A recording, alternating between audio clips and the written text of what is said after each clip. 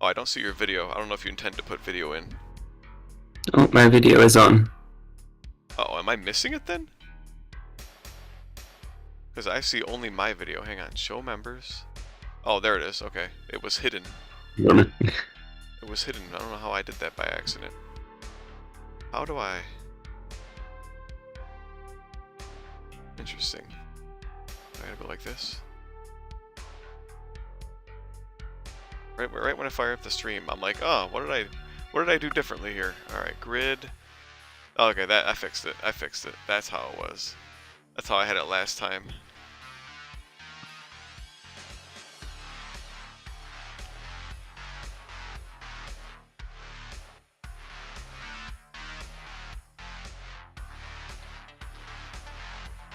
There, yeah, now it looks pretty. Yeah. Right, well, it's live. It's live anyway. All right. Oh. So I'm just posting the links into the Discords real quick. Well, that came through very loud from you to me. The Discord. That's it. Yeah, someone's pinging me. The notification thing. Yeah.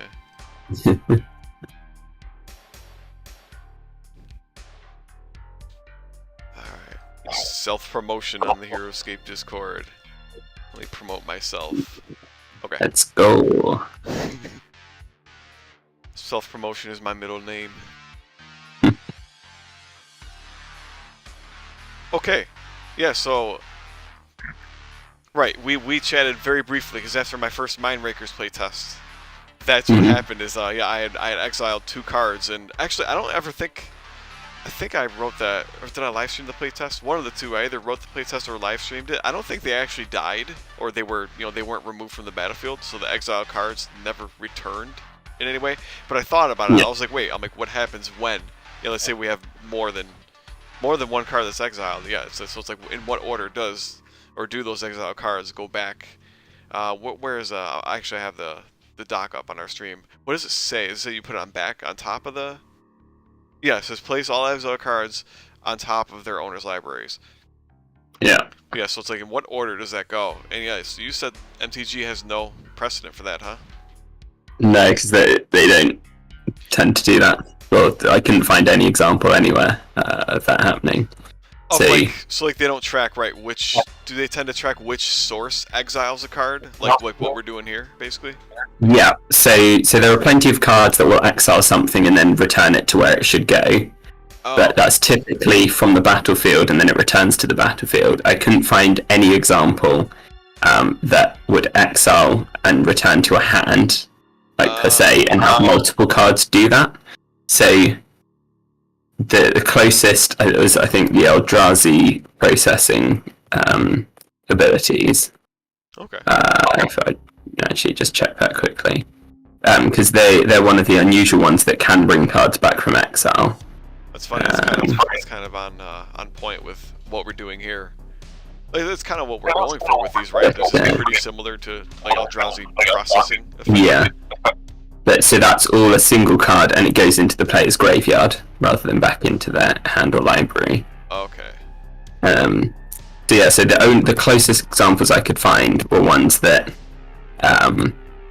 either did a single card back to the library, or did multiple things back to the battlefield at once, in which case they all just enter simultaneously. Yeah. Right, there's no order as far as who cares? When everything's on the battlefield, there's not really an order you have to worry about, but for things going on the deck, that affects who's drawing, what cards they're drawing first. So. Yeah, and the only other thing was a stack of cards that got shuffled to make a new library out of exile. That could be a thing too. So in trying to look at this, I couldn't find any actual examples for precedent. Like I said, so I think it would either fall to whoever's controlling the Mindraker's ability would get to choose the order that they go back, or the owner of the cards would get to choose what order they go back. So okay. Well, probably should be one of those, and I think we just have to write that as a ruling for if we want to keep that, because so my other thought here is that we could. Well, so I didn't think Ingest was too powerful. Um, Despite me exiling 2 cards, it didn't even feel like it was. It felt okay. Like it wasn't super powerful, but my thought was maybe we change Ingest to just do 1 card once per game. But again, that's like cutting a lot out of the power, and then we would probably cut the cost of these guys down a little bit too. But that's totally up to you. I don't think I care either way. I think I'd slightly prefer to just do 1 exile and then potentially even leave it out of the game forever after that. I guess so. Ideally, this is what I'm saying when I'm thinking of retweaking these guys was get rid of the ingest the first sentence, so that when you summon next to an adjacent planeswalker, there's no exile anymore. But rather we would change the card to say the first time in the game when a Mind Raker deals combat damage to an enemy planeswalker, you exile the top card of that library, and then that's it. So it's just like a once per game thing. It has to be on combat damage, and then like that card is exiled for good. At least, I don't know. Does that sound too broken? Does it change it too much from what we see here? No, and to be fair, that simplifies the card quite a bit. Yeah, that's what I'm thinking. It would get rid of this whole thing about trying to figure out who should shuffle, where these cards should go in case you do multiple.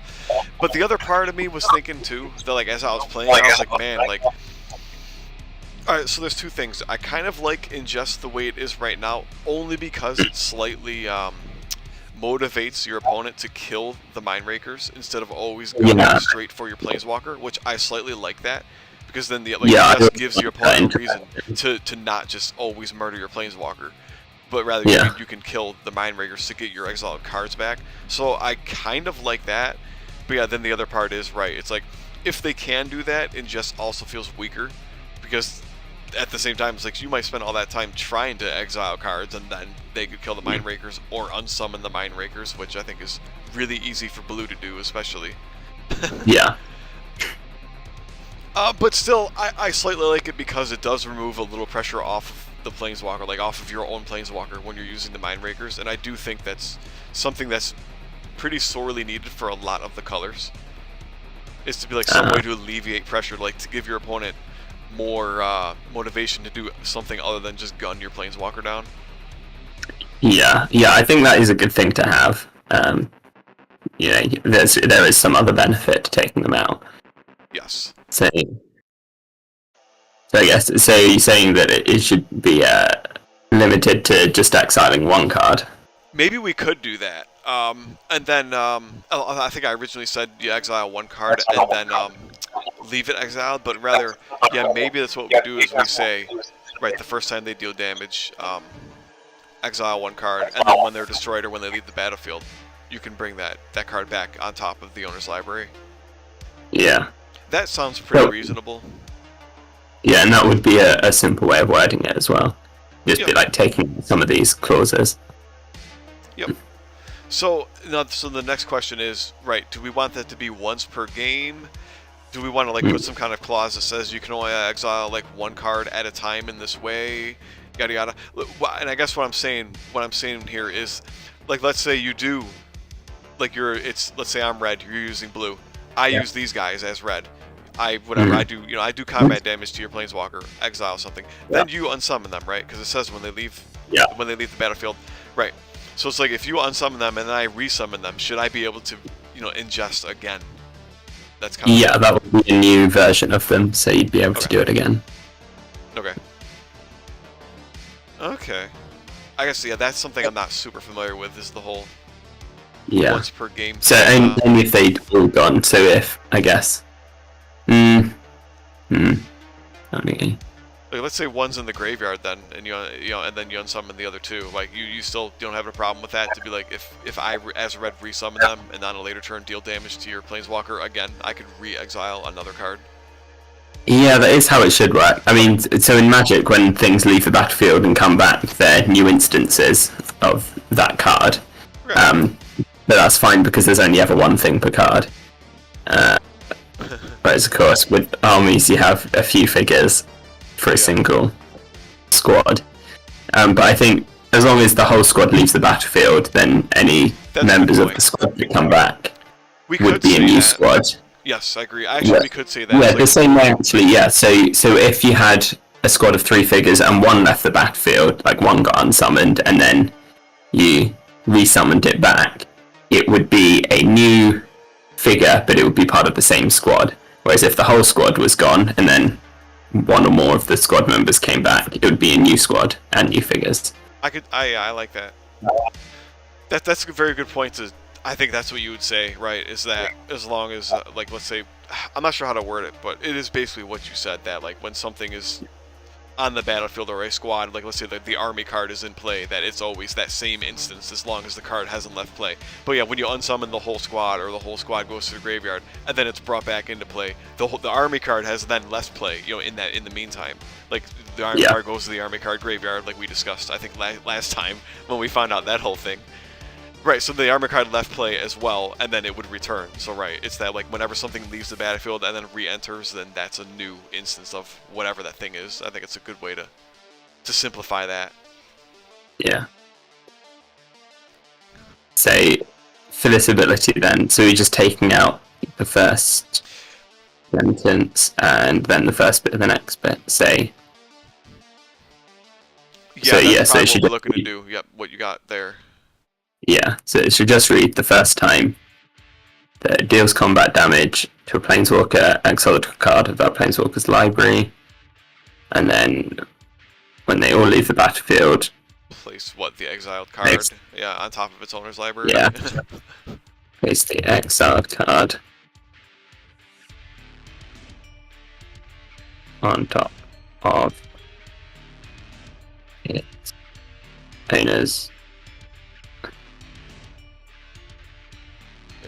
owner's library. library. Okay. There we go. Okay. I think this is less, it feels less insanely scary. Yeah. I mean, I think as far as point cost, I'm not sure. I feel like 120 felt a little too much for them, even as they were, at least in the one playtest I tried. But I think for funsies, I'm just going to drop them to, I don't know, 110. For funsies, I'm going to put it at 110. That'll probably change after playtesting, but I didn't even use a merge the first game I tried. I just didn't. It didn't feel quite worthwhile, to be using. No. That's fine. That doesn't. Yeah, like I said, I'm not really worried about it. But yeah, it was mostly the whole exile thing and like how things return, which is Did we make a note of that? I guess if I scroll down to the bottom. I guess if that's a standard Magic rule, that's good. But I would like to include that as like an actual AOTP rule. Because we probably just spell it out more specifically than what MTG does. Which rule, sorry? The one about, like, regarding, like, when something leaves the battlefield and then re-enters later, that it's considered, like, a new, instance of that thing. But rather, we should also make clear that it's, like you said, that, like, because I think we will get to a point where it's, like, if you unsummon one figure of a squad, and then it re-enters, or actually, this already literally happens with Black, that if, let's say they have, whatever, any one of their squads, if one of those squad figures dies, they have the Rise of the Dark Realms, which says they can pull a squad creature from their figure graveyard to the battlefield. Right, it's that the figure is a new instance, sure, but the whole squad is not a new instance, because the other two squad figures were still on the battlefield that entire time. And so therefore the army card never left the battlefield. But again, I don't know how to word all that. That'll be fun. But I'd like to spell that out somewhere in the rulebook, I think. Maybe even just for me, because I don't know a lot of MTG rules. And this is new ground for me to explore for sure. Yeah, there's definitely things like that that we should include in the rulebook as, like, this is to clarify how the rules play. Yeah.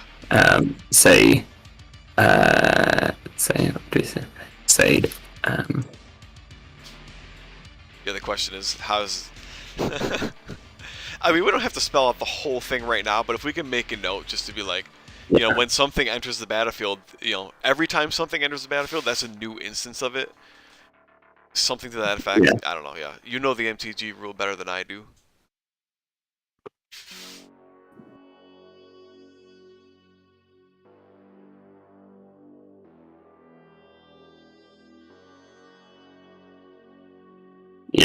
let's put that. I guess tied in with that, it'd be the same for spells. Yes. So when you cast a spell out your graveyard or recast it, dual casting, whatever else, yeah. The new instances of the same thing. Yeah, you're absolutely right. I didn't even think of dual casting or stuff like that. Talented Telepath, that kind of crap. But this just got me thinking, are there any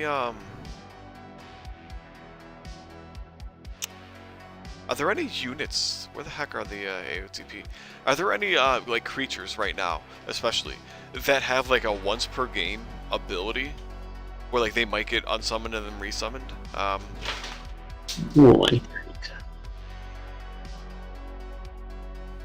It basically would have to be an activated ability that says once per game, you know, do this. Yeah. I know a lot of the Planeswalkers have that, but I can't think of a creature. Planeswalkers have it. Do any of the creatures do?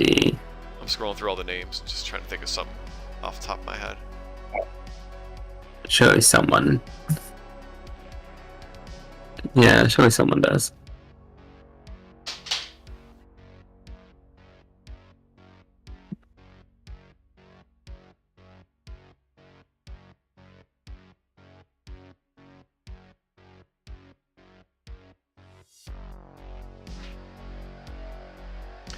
I think I might have a really odd scenario where this actually might work in the base game.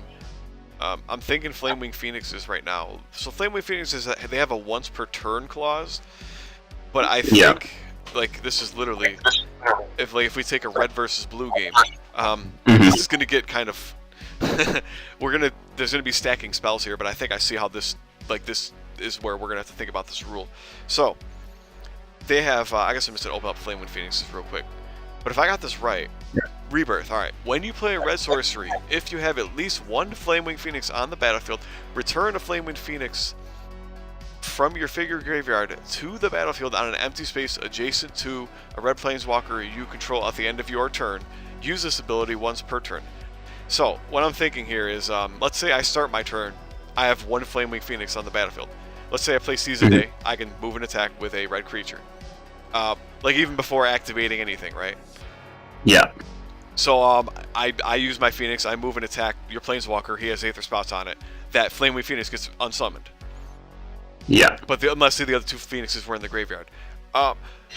So I guess my first question here is, does that rebirth, so the army card is left play, right? Because there's no Flamewing Phoenixes left on the battlefield. Does that initial trigger of rebirth still work? Because like it says whenever you play a red sorcery, which means you triggered it by playing Seize the Day, right? Yeah. And it says if you have at least one on the battlefield, which I did, and let's say the other two were in the graveyard in this example, and they were, does that mean at the end of my turn, I mean, forgetting everything else, let's say I don't resummon the Phoenixes or anything. Go ahead. Yeah, so the trigger's already been made for the end of turn, so no matter what else has happened, the trigger will still happen at the end of turn. Okay, I agree. Okay, then all right. Then here's number two. Here's step two of this. So right, I triggered your Aether Spouts. My one Phoenix and then the army card go to the reserve. Two Phoenixes still in the graveyard at this point.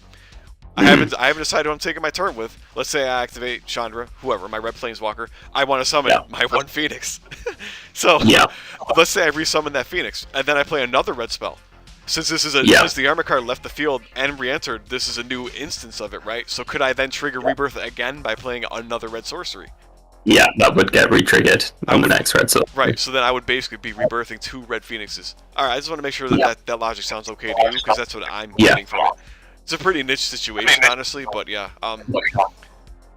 Yeah, no, that works. Okay, yeah, then that's fine. I agree with that logic. Fine with me. Right, I'll play another red spell, and then the Phoenixes, I'll effectively be able to rebirth two Phoenixes that turn, at the end of that turn. As long as my Planeswalker survives, since it says you need to place it, adjacent to your red Planeswalker at the end of the turn. Okay, anyway, that was my first thought as far as, like, when I think of, like, a once-per-game ability, let's say, and I'm trying to think of, like, when something enters, leaves, and then re-enters later. Like, can I use that once per game? And does that make any particular, like, creature really busted right now? But I can't think of anything right now. Yeah, so the other examples would be, like, summoning triggers or enter the battlefield triggers. Say, the core Hookmasters. Yep. Detain something when they're summoned. So if they got unsummoned and resummoned in a turn, then that would happen again. That I 100% agree. I've definitely always played that way. Yep. Actually, you wouldn't even need to remove the whole squad, because if you're summoning part of a squad, you're summoning, so yeah, that's it true. would trigger. That's a good point, right? So what if, Yeah, I've never thought about that logic, but it's mostly because I don't think there's many ways. Alright, hang on, let's dig into this. Sorry, so it says, when you summon the core Hookmaster's squad, this again can be emulated with, like, Sorin. Like, let's say all 3 of the Hookmaster. Oh, no, let's say, again, we can go with, like, the whole, like, there's 1 Hookmaster alive, the other 2 are in the graveyard. Wait, what am I thinking here? Right, so like the 1 Hookmaster goes and attacks, gets sent to the reserve by Aether Spouts. Let's say I play Black's, what's the Rise of the Dark Realms? I bring a Hookmaster back in from the dead Hookmasters. That's not summoning, that's fine. But then let's say I want to summon that single Hookmaster to trigger Detain. Yeah, I guess it's the question of when you summon the Hookmaster squad, right? It's considered summoning the squad when you summon the 1 guy, despite there being 1 or 2 already on the battlefield? I think so, because that counts as like summoning 1 army card for the turn, right? Like, I would imagine. Yeah, so from what I recall of the rules, it says about summoning, and then it says, like, there's something that's like, if not all of the squad are in the reserve, you summon as many as are available, or something like that. Yep. Yeah, so it's that reserve, yeah. You're doing a whole summon that then gets restricted down to what's in the reserve, rather than you're doing a partial summon from the get-go. Okay. Yeah, that's fine. I don't have a major. I've always played it that way, but it just made me think a little bit. Yeah. Again, trying these weird like bouncing from the graveyard to the battlefield to the reserve kind of thing that you can do, and it's very, they're very niche, very odd. Yeah. Yeah, I can't think of any like once per game though triggers. Sorry, we're getting off track a bit. No, I don't think I see any once per game triggers that aren't on a Planeswalker. So, and Planeswalkers like don't get unsummoned or anything weird. Yeah, so I just looked through and can't see any either. I'm just staring at the names. I hope I'm not forgetting anything on the based on the powers. But yeah, I don't see like once per game. I can't think of any. Anyway, okay, that was my concern is right. If we do this, and we have these squads that can do like a once per game, and it's a busted ability. But no such concern. All right. All right. Oh, hang on, I'm crashing. I think my graphics driver is dying real quick. Yeah, you are a green box now. Yeah. This happens once in a while. I don't know why. What's that? Funny enough, I updated my graphics driver 3 weeks ago, maybe. Yeah. So it's like it's Windows Control Shift B. What's that? Well, oh, sorry, what was that? Yeah, if you press the Window key, Control Shift and B, it resets your graphics driver. Oh, okay. Windows. It makes a fun tone. Everything will. B. Yeah. Let me try it. Oh, look at that. Yeah, I think that actually did it. Oh, it's really blinking and struggling now. Come on. Yeah, it takes a sec for everything to get running again. Oh, thanks. That's a cute little trick. Yeah, I think that got rolling. Nice shortcut, that. Alright, I'm still a green screen. Yeah, you're still green. Not easy being green. Speaking of that, Voltners came by and left a comment and said, green is the best. I agree. I like green in AOTP. Yeah. Alright, I'm gonna try and get my camera going real quick. Let me try and disable it or something. Wait, can I just pick a new camera and then switch? Alright, everything's gonna be broken. That's fun.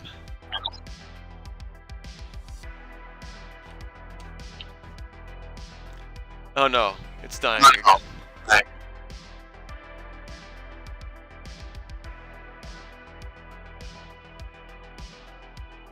Man, my poor computer can't take it today. Time for me to get an upgraded graphics card. Alright, anyway, we can still chat while I'm screwing with this. Yeah. So we got the exile. Yeah, the whole when enters the battlefield and the order of all this junk that happens. What do we need to tackle? I don't know if we have much to tackle at this point. Like, I don't think I have any like major rules questions remaining. Yeah, so we got the creature sort spells. We could talk about a glyph. Oh yeah. Haven't really talked about it before, have we? Say in the dock. Yeah, so in the dock, I rate glyph of range because that's the only one we don't have currently. But there are plenty of other fun glyphs out of Heroescape as well. Oh, Different ideas. Well, we can make up like what was that one fellow? The one fellow that was in the Discord, and he listed like 6 or so. I forget his name. He was there like 4 months ago. He had like the glass, which was like +1 power, -1 toughness, or like the one that says like you draw from the bottom of your deck. While there's some interesting ones. I would kind of prefer to do something more interesting than range +1, but I don't mind that. Because like we're gonna have tons of customs, or maybe we include more than one glyph. I don't know if we need to do that, but we could.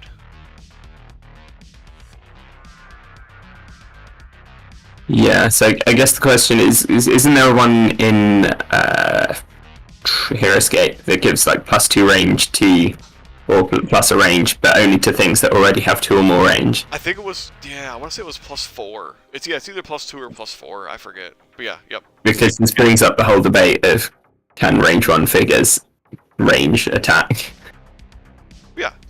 Well, I want to say that that's like specifically part of the rules, and frankly, like I think the range 1 figures should benefit from those, and honestly, they already do. What was it? The one white spell like literally says you can have a range 1 figure attack at range 2. Like.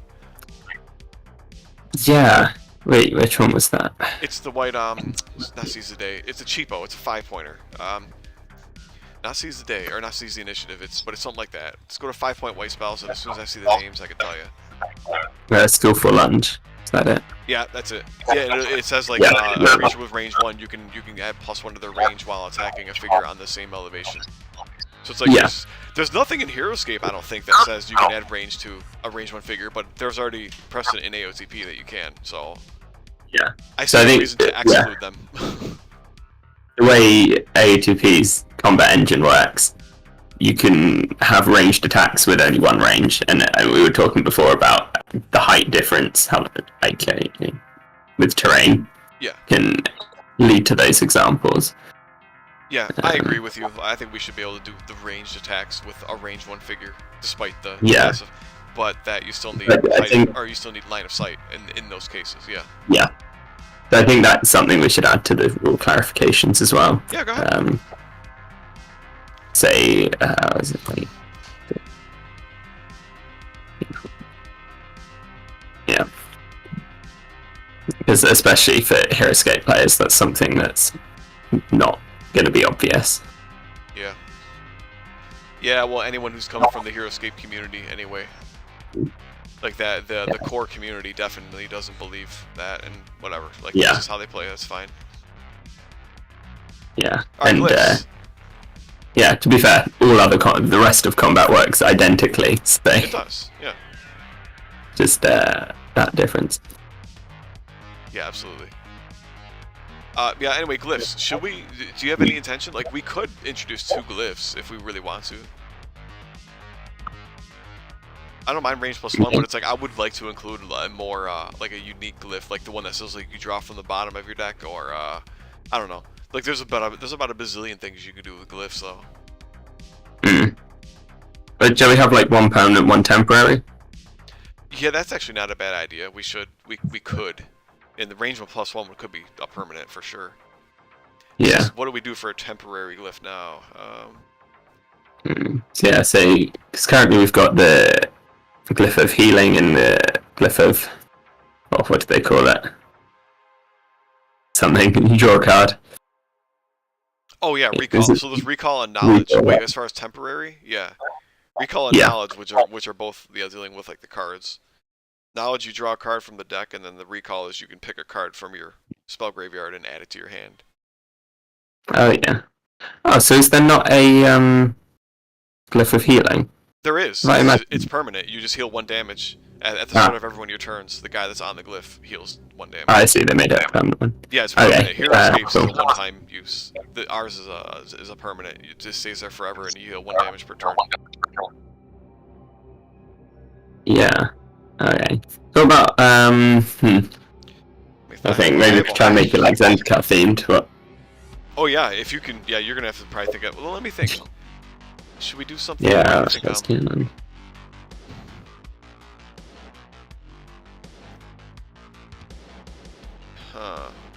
don't think I can think of anything that's like too super Zendikar themed. I would probably just take like some random idea and make it a glyph personally. But it would be better, right, to make it Zendikar themed. Let's face it. Yeah, like you say, I'm not sure what could be. Because Zendikar is just all about like the land and stuff, isn't it? I mean, some of the ideas. I mean, what we could do is like translate something like Nahiri's ability into a glyph and be like, as a temporary glyph, to say when you step on this glyph, like place a single land tile underneath any figure you control, like to buff their height by 1. Like it's just like taking Nahiri's thing and you know, do we want to keep that unique to Nahiri? I personally, like, I've already thought of like drafts of ideas. It would be a lot of, I think it was a lot of green, I want to say. But like I think I had the idea for like a green spell that just said that. It was just like place a land tile, a single space, you know, hex tile underneath one of your figures. Just gain high ground for the heck of it. Yeah. Jack, yeah, I agree that. Jack Lamond, welcome, sir. Jump in the chat. What are you doing? He says Zendikar themed glyph, something Hedron related. I was thinking that too. So like we have all the Hedrons. In my head, I was like, well, how about like +1 power, like while you're within 2 spaces, or like all of your figures get +1 power while they're within, or even adjacent to a Hedron, you know? Yeah. But then here's the thing: that's not temporary anymore, right? Like we wouldn't want that to be a temporary thing to be like, oh, until end of turn you get +1. Like that's just garbage. It's not even a really good permanent glyph to begin with, considering the conditional. But it would be cool to try and think, like, since we're adding all these Hedrons, to be like, can we do something that's like conditional upon the Hedrons? But then that requires the Hedrons to be on the map and all that crap. Yeah. It could be like to move a Hedron, maybe. That could be good for like a scenario too. Or even just like reorganize the map. Considering we already like moved the trees as like part of Nissa's ability, that's actually not a good idea to be like, you know, choose one of the movable. Do we want one of the movable? Like we have the movable Hedrons, like the mobile ones, right? Yeah. Like it would probably only affect those. Is that what you're thinking? Yeah. Okay. I don't mind that. How many of those are we? You know, how many of those are we planning to include into the set? The movable ones. I guess we haven't talked much about that, but yeah, maybe right now. They're going to be destructible too, right? Like that's the point. Do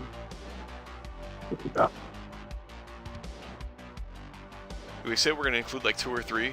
I would hope we're going to include like 2 or 3.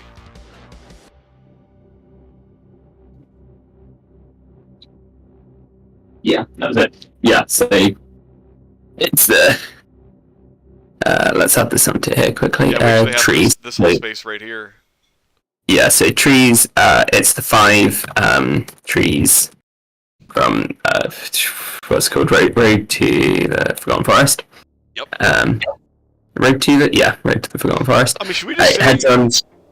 I guess before we get too far, right, so for the Road to Forgotten Forest, we're basically just importing the majority of the rules and, like, all the pieces from that set, right? Like, so we're bringing all the road and all that? Okay, good. So actually, yeah, we put the tree rules. We'll have to re-review the rules just to make sure they don't conflict some weird way, but I can't think of anything off the top of my head. Like, they already have the literal road rules from HeroScape in AOTP because of Shadows over Innistrad, so yeah, there shouldn't be too much in conflict here. Yeah, so then it's 1. Just say times 1. So it's 1 of the big ones. And then maybe 2 small ones. 2 small non-movable ones and 3 small movable ones. Oh, okay. So let's actually rearrange this so they're in order. So Should we call them small, medium, large, maybe, or like I'm not like how do we? Are we gonna call it like so? There's gonna be one large one, and then are we gonna call it like a small movable versus a small immovable, or you know what I mean? Like, what's a better way, or do you think this is fine as far as like labeling them? Yeah, they should have a name. Like their name should be different at least. Yeah, they're just that because the ones that aren't movable and the ones that are both 1 hex. Okay. What's their size? Have you 3D printed what, all of them, or yeah, at least a couple of them? Yeah, I've got them. Like, yeah. My first thought is call it small, medium, large, and then the small ones are the only ones that can be moved. But I don't. Yeah, see, it's the big one. Yep. The 3 hex big one. The small ones that can't be moved. They've got a hex blocking, and then that one's to. Where are the mobile ones now? Yeah, is it in your hand? There we go. And then these are the mobile ones that sit on the tree bases. It's the same base as the tree. Okay. Yeah, they are pretty similar. Crap. Yeah, how do we label them? Do we call it large, medium, and mobile? I don't know. I would like to consider something other than like large and then small movable, you know? Yeah, I mean the names can just be fairly descriptive because like Heroescape it is just like 11 height tree, 12 height tree, 15 height tree, isn't it? That's true. That pretty much is how they do it. Yeah.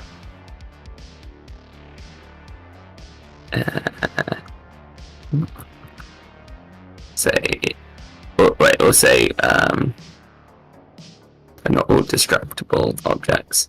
So the big ones, not. So 2 aren't destructible. Yeah, but the mobile ones are going to be destructible. Max. And then there's going to be the other small hedron.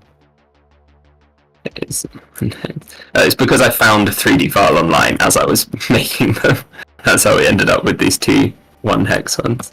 Oh, okay. I don't mind. This is cool. I like the way that this is going.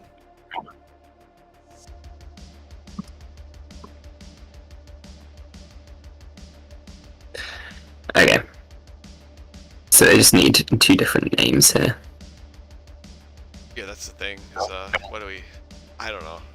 We could just call it small and large, and then movable. Yeah, or even like 3 hex, 1 hex, and movable. Would that be? Yeah. Actually, that sounds fine. Yeah. That's right. Yeah. Big 3 hex. Oh, that's a pound. 3 hex. Hexahedron. No, that's not what I'm trying to say. Yeah, so that can just be its name internally as well. Okay. Yep.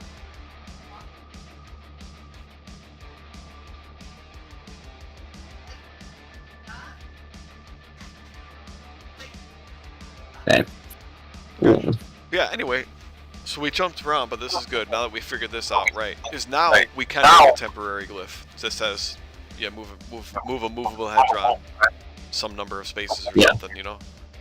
That seems like a decent idea because it also might help or not help with the scenario, like, or at least it makes the glyph like something to be sought after, hopefully, with the scenario. Yeah, and in fact, we're going to make a scenario, aren't we? Yeah. About moving the hedrons into place, say. Something like that, yep. Yeah, that would be good for. Well, that and we have the rule that I'm not sure if we've hashed it out much, but you said like we want these to be destructible so that like you can shoot them and like blow up the enemy. So it's like that glyph can be used for something like this scenario, or to put it next to an enemy, like let's say in like a standard, you just want to kill everyone game. That you can use that movement glyph to at least put the hedron closer to their guy and blow him up afterward. So there's a couple of uses for it, I think, already. Yeah, I think so. Yeah, this is cool though. Right, so now we got a permanent, and then we have a temporary glyph, and that's good. At least now we have something a little more, a little more unique to add to the set, instead of just like a standard static. Here, add 1 to all of your guys' stats. Yeah. But at least all the base stats are now covered. So. Except for life. Oh, that's true. You know what? I don't know if you want to go on this tangent with me here, but I have actually started drafting, like spells that say, like a white spell that says, enchanted figure has +1 life, and like that's just Yeah. it. Or a black one that says the enchanted figure has -1 life. I think that's it's not hard to work with. Like in my head, I'm like, yeah, this sounds like it'll work, you know? Yeah, absolutely. We should explore that. Maybe not, definitely not in this set, but in the coming set or two. I think that there's a lot of space there to mess with. To be like, you can just forget doing damage, just take -1 life as a permanent, debuff, Yeah. I love it. Oh, or even like equipment, like armor type stuff. That's true. You can equip it and gives more life. Yeah. Yeah, there's a lot of overlap, right? Because you would think that, like, if you're gonna wear armor, you would just add toughness. But whatever. Like, it's still another way to be like, if we want to have a figure that has 1 life and a ton of defense or something, then like adding 1 more life onto that figure is better than adding 1 more more toughness. Anyway, I think it's design space we can play with, but that's a small tangent because I was like, life +1 is really cool. Anyway, so should we spell out, like, we don't really know much about like the scenario, or like, have we just defined like what happens when we destroy the Hedrons? I forget. I think we said it was like overkill damage, does automatic, like deals automatic damage to everything that's like adjacent or within 2 spaces, right? I think it did. It was like basically like trample. Like anytime you attack the Hedron, you basically had trample. Like, except it was like for every figure like next to it, something to that effect. Did we write that down anywhere? We at least talked about it in Discord, right? If we have, then it will be in this file, which I still haven't actually reinstalled my thing. Let me just try and find the. Oh, the card art and all that crap. Yeah. What you mean let me just open it in a text editor. Was it Hedron? It'll be at the bottom somewhere. No. Vanguard, nope.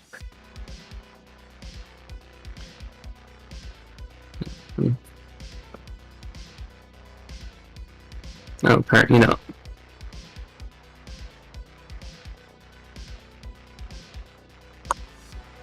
Apparently there isn't a card for a Hedron yet. I thought I'd made one.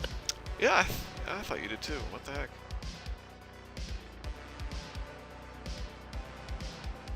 Oh no, I'd made one for a Cryptolith. That's what I'm thinking Mm. of. So there were some ideas from before. Let me. Oh. Yeah, the last one, or at least one that I think I liked the most, was something to the effect of trample. Like when you attacked the Hedron, it would basically deal the trample damage, the overkill damage to, I want to say, everything adjacent to it or everything within 2 spaces. Yeah. That sounded coolest to me off the top of my head, but hopefully if you have it written somewhere, it'll be better than what I just said.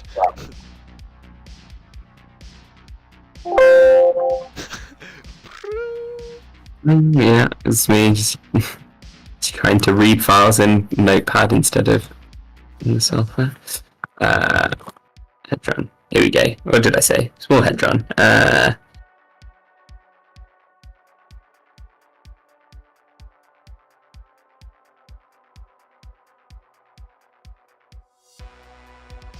Yeah, that was it. So when Hedron's destroyed, then damage is dealt to all figures around it, where the amount of damage is the excess cross weapon symbols.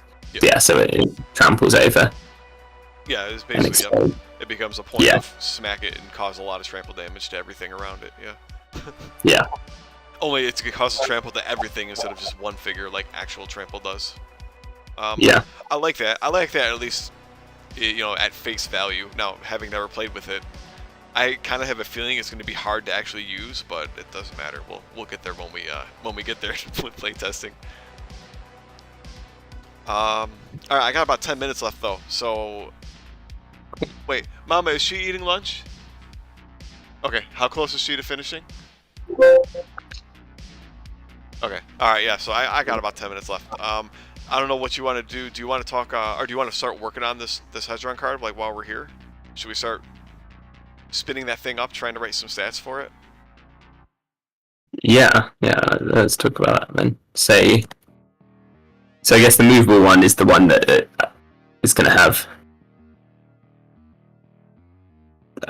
like the important stuff about moving.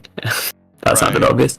But yeah, being about moving and being disruptible. Whereas the others, I guess, the others going to have abilities as well. So we talked before about like they could affect like the way spells work or something.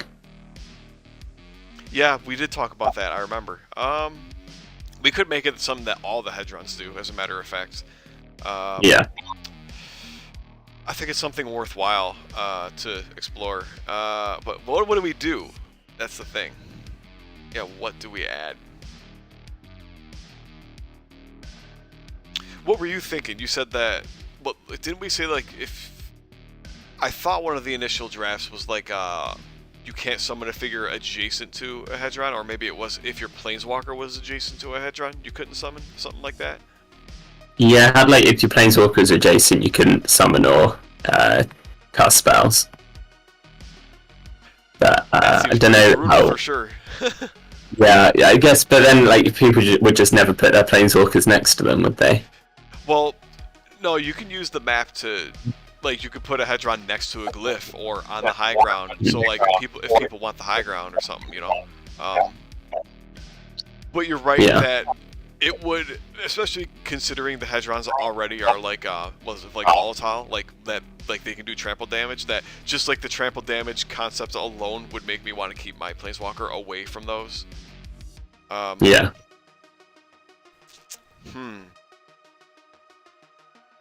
But I like the idea of putting... Yeah, that's true. Here's the thing, right? Do we need additional negatives for these when there kind of already is a negative? Because my first thought is, these do have a point. At least the movable ones do. Yeah, the static ones don't. But the movable ones, like, if we put them, like, on... Like, if they start on high ground or something, like, they're a deterrent. So that, like, you don't want to always just climb your guys onto high ground and start shooting from high ground. Because you might, you know, the Hedron might blow up and cause damage to all of your figures. So like there's risk reward to be like you can take the high ground, but then you can risk your opponent trying to blow it up. I like that. But yeah, you're right. Is that now there's like a double negative on a Planeswalker because you know a Planeswalker is the only thing that can summon, and well, you can play spells on anybody's turn, I suppose. Number two would be though it was the other option, which I think sounds better, is that you can't summon things adjacent to a Hedron. Yeah. It's just how badly does that affect like the scenario, which I think wasn't like to make these movable. I forget how we decided. Like I know you said you wanted to make it so, like we can move the Hedron by like walking a figure like next to it or something. But it's like what's the trigger then? Like does the figure have to start its turn next to the Hedron? Because then that means you have to summon, wait a turn, take that turn. You know what I mean? So it's like we got to consider all that. I think it was just if it's a single space figure, then you just move them like a double space figure, and it just costs one extra move each step. Okay. So either push or pull that. Okay. But even double space figures can move the Hedrons because they'd have a hinge. Yes. In essence. Yes, exactly. Yeah, it would become like a hinge. So it's just. I know what you mean. I just couldn't word it better than you're right. It's basically a hinge that can follow behind it. Yeah, just word it the same way that so the way double figures move is they say like you choose a leading end and a following end, and then they just go through the same spaces. Right. It becomes just a gigantic snake. It becomes a 3-hex snake piece, effectively. Yeah. Okay. God. Then that's fine. I kind of feel like... Just as a side note, they have like a snake made up of several pieces that snakes around the map. Wait, what do you mean though? Like a I don't know, like a 5 or 6 hex figure that is made up of individual pieces that follow each other. Oh, that might be fun to do for like a squad or something.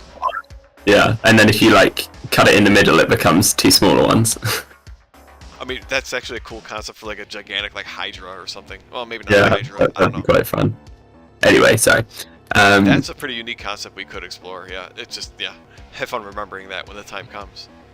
I should write that down on my phone though. I like the idea of like having like a bunch of smaller figures that like you can kill like the middle one and somehow either debuffs or splits the rest. Yeah. The Rocks veterans kind of have that built into them in a way, but it's not terrible. All right. Anyway, yeah. So for the Hedrons, yeah, I'm kind of thinking that we make it so that you can't summon creatures adjacent to a Hedron. But we don't have the debuffs for like the, you can't play spells while your Planeswalker's adjacent to it. You can't play, and then you can't summon. So yeah, and we can still do the same thing here. I actually like this idea because this again tacks into, you can put the Hedrons on high ground, and then the game doesn't simply become walk your Planeswalker near the high ground, summon all of your creatures on the high ground, and then slaughter the enemy, which sometimes, some of the maps do end up becoming like that. Hedrons can help prevent that, to be like, now you have to summon the creatures and take an actual turn to walk them up on the high ground. So it's going to create some more interesting play. I like the idea, at least, again, on paper, I like the idea. Let's say, yeah, exactly. You can't summon, for all of the Hedrons, you can't summon a creature directly adjacent to it. I think that kind of helps the whole, just walk near the high ground and place all your guys on the high ground and win from there. Yeah, absolutely. I mean, should we make the other ones destructible as well, to be fair? Because you could just take them off the board. You just rely on there being pieces below them. That would be the thing, right? Is that they would have to be on top of something else. That and like it might be annoying to try and fish like the whole hex out. I personally prefer to keep them static, like static and indestructible, because of that. Especially the big one, that would probably become a pain to pull it out. Yeah. There's not. I mean, do we want to put a note to be like, yeah, you can house rule and make these destructible if you wish, but it's annoying to remove them? Like, I don't mind that, but I think officially I would rather say this, the static ones that are built into the hex, they can't be destroyed. Yeah, I agree. Like, I don't think we even need to write that in. Yeah, people can always do what they want. Alright, so alright, so we've got constructible ones. So you say movement with a leading end and following end, and costs 1 extra move per space. Yeah, per space that you cross. Okay. And then I guess until all other movement rules would apply, wouldn't they? Or how would water work? Yeah, that's a good question. Because like double space figures can go across single spaces of water without stopping. Yep. Would the same apply for Hedrons, or would they? Well, yeah, that brings up a whole thing too. Yeah. As far as like, there's a rule. I think it's still an AOTP, but at least for Heroescape for sure. Like you can't end a movement like for a double space figure. Like that's on 2 different elevations. So it's like, do we want to break that rule for a Hedron to be like, it doesn't matter, like you can have a Hedron adjacent to? We could say, right, that like the Hedron has to be not adjacent, because we can't use that wording. It has to be or do we say that? Like to say, like, so are we gonna have to add heights to the Hedron to be like, yes, you can grab it and move it? Like, what if it's 10 levels lower than you? Or whatever, 30 levels lower than you. Can you still grab it and move it? So we have to think about that. But yeah, anyway, my whole point was, though, double space figures say, like, you can't have one on level 2 and one on level 1. So can we do that with a Hedron? Like, I think we should be able to, but writing that out might be fun to... Yeah, and you can even, like, push them off a cliff if you wanted. Okay, sure. But then, yeah, so then we'd have to consider falling damage and that kind of crap. So then we should probably figure out, like, what are the heights? I don't know, like, you have at least 2 of them. You have all 3 of them printed. Yeah, it's like, well, at least 4 of them to move the Hedron. Actually, we're going to need the height for all of them. Because, right, if we say you can't summon a creature adjacent to it, that means we need the height of the 3 hex and the 1 hex. I guess we might have to rely on you for that, to be like, put the Eldrazi Ruiner next to them maybe, and be like, what's his height, 11? Like, what's their height relative to him? And that might give you a good idea. Yeah, actually, I've got some files out, scrapping. Yeah, this lots of points to be brought up here, right? To be like, what's adjacent? Like, if you summon a creature adjacent to the Hedron, right? It's at what point is it not adjacent then? In case it's on adjacent space, but yeah, but it's way higher than the Hedron, so it's not adjacent to the Hedron. Yeah, so I guess you'd be.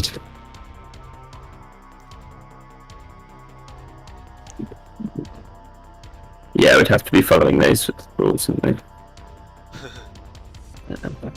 But they all look pretty big, so I don't think like adjacency is going to be a big problem considering the tiny amount of terrain you get with AOTP. Other than with the Cryptoliths, if for some reason we're going to mix and match the Hedgerons and Cryptoliths. Yeah. Oh, well, that's already bigger than those. Okay, so the small non-movable Hedron. Put that in here. That's it. Are you stacking a bunch of Heroescape tiles next to it? Yeah. Yeah, So that's a good way to do it. That looks to be. It's kind of a bit. Let me get another camera to you. And some more tiles. If that's okay. Here we go. Right, let's have some judgments on this. So, there we go. Put this up. More camera out.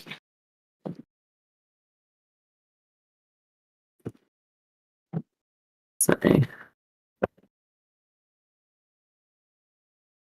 Hey, wait, why are you getting the other camera? Well,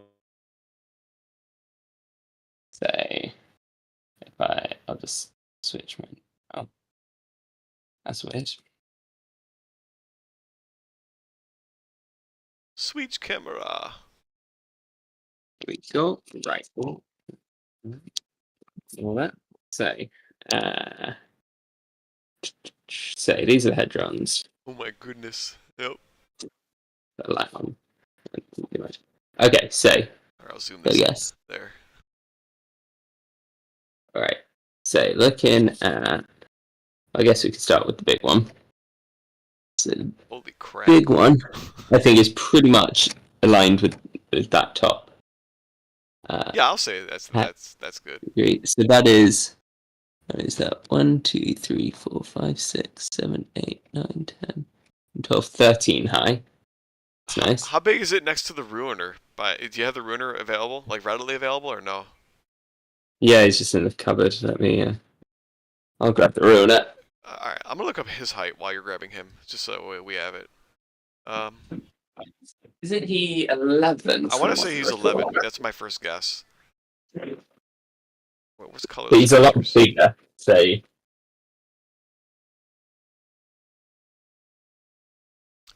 Where is the Ruiner at? Colorless, Ruiner. Oh, it's mirroring me, that's why I'm so confused, right? Oh, he's huge 10. He's not size 11. He's actually huge 10 on his card. Wow. Really? He's Yeah, they. Now you see why we had that whole argument with toy handle and Shiftrex and all them, because it was like, yeah, they're like, it was just they very poorly scaled, the height of a figure and like just wrote some random number on a card. I felt like. Yeah, that's weird. I thought all the others were like dead on. Is he not? Is he? Oh, linked together now. Yes, yeah. I think if these were next to a pile of things on the board, it would be a pain to get them out. So pull his arm off actually. So is he about 10 high? Maybe 11, whatever. Ruiner. He is. Sorry.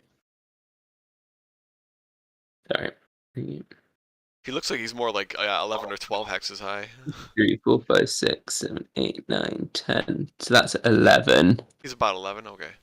Yeah, he's 11. So even though the card says 10, or at least the one on Heroescapers does. I don't know if they reprinted his card when they, how they fixed the rulebook. I'd have to check. Oh, but that's yeah, true, actually. The Heroescapers says it's 10. I mean, we could call the large Hedron because, like, is it slightly larger than he is, even still? Like, physically, is it slightly larger than he is? Yeah, it's just a little bit. Couple of hexes. All right, well, so put him on a hex, right? So, like, it's technically one level higher than him right now, right? Because it's on a hex. It's a level higher.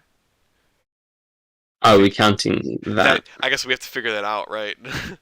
I mean, in my mind, I would think yes, that like technically the Hedron is one level higher than he is, because like that still looks like it's like a hex with the connectors on the side, in my mind.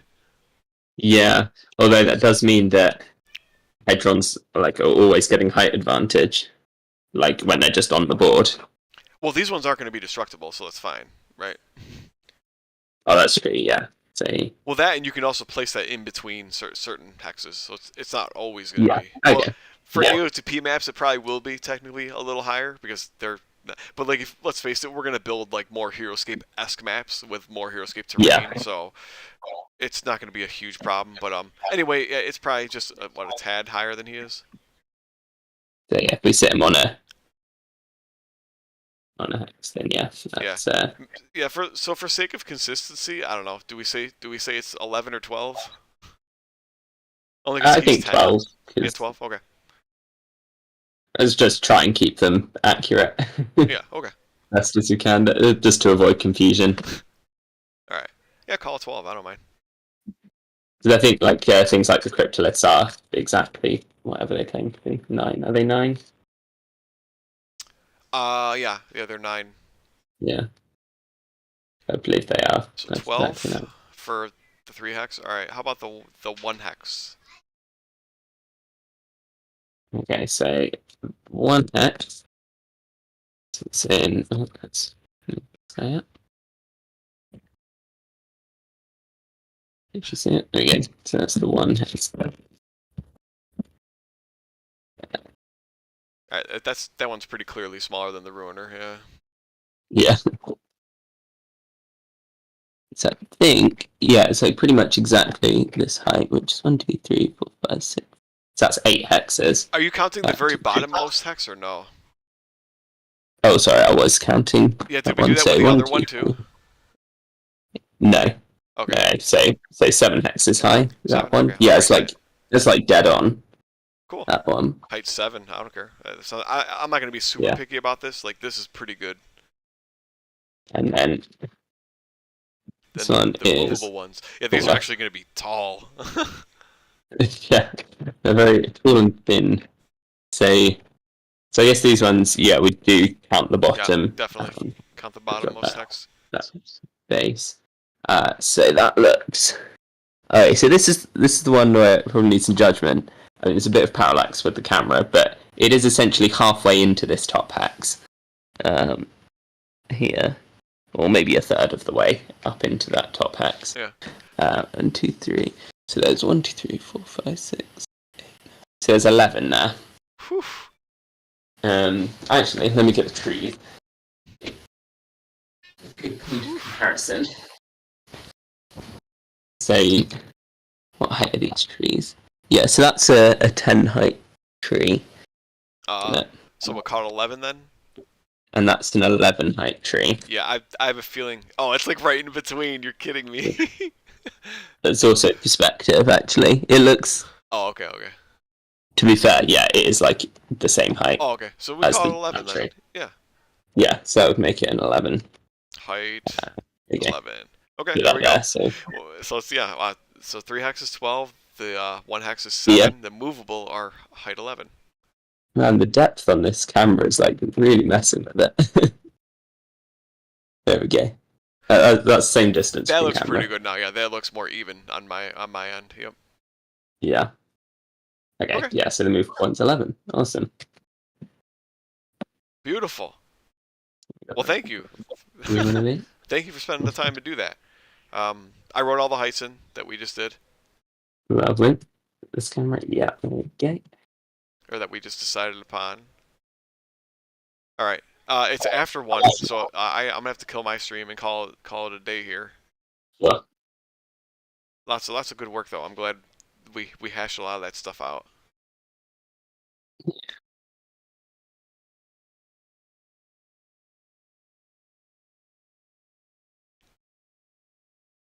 Move a glyph. There. Hi, John. Yeah. Oops. Okay. Cool. All right. Yeah, I think we're good. We'll call it a stream here, huh?